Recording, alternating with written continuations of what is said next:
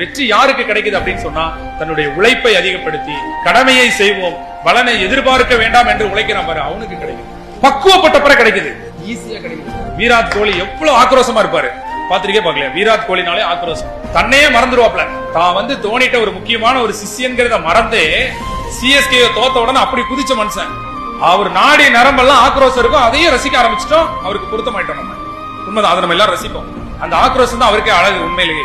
ஆனா அப்பேற்பட்ட மனுஷனே இந்த வேர்ல்டு கப் வாங்கினவன கொடுத்த பேட்டியை பாரு. போய் வேர்ல்டு கப் ஜெயிச்சதுல சிம்பிளா இப்படி கையை கூட்டினார், அவ்வளவுதான். அவ்வளவு எமோஷன்ஸ் மட்டும் தான், எந்த ஆக்ரோஷமும் இல்ல. காரணம் என்ன தெரியுமா? அவருடைய பேட்டியில சொல்றாரு, என்னுடைய போட்டி, பொறாமை, என்னுடைய கர்வம், நான் பெரிய ஆளுங்கிற அந்த எண்ணம் எல்லாத்தையும் தூக்கி போட்டுட்டு நான் இந்த விளையாட்டை விளையாடும் போதுதான் இந்த வேர்ல்டு கப் என்னை தேடி வந்துச்சு. இதே போலதான் போட்டி தருவோம், கடமையை செய். ஒரு நாள் நீ ரொம்ப போர்ஸா படிப்ப, கடைசி பார்த்தா உனக்கு கிடைச்சிருக்க. ஒரு நாள் அதை விட்டுட்டு போலாம் நினைப்ப, அன்னைக்கு கொஸ்டின் ஈஸியா இருக்கும், உனக்கு கூப்பிட்டு கவுன்சிலிங்ல வேலையை தருவாங்க. அது வரைக்கும் உன் கன்சிஸ்டன்சியை விட்டுறாது.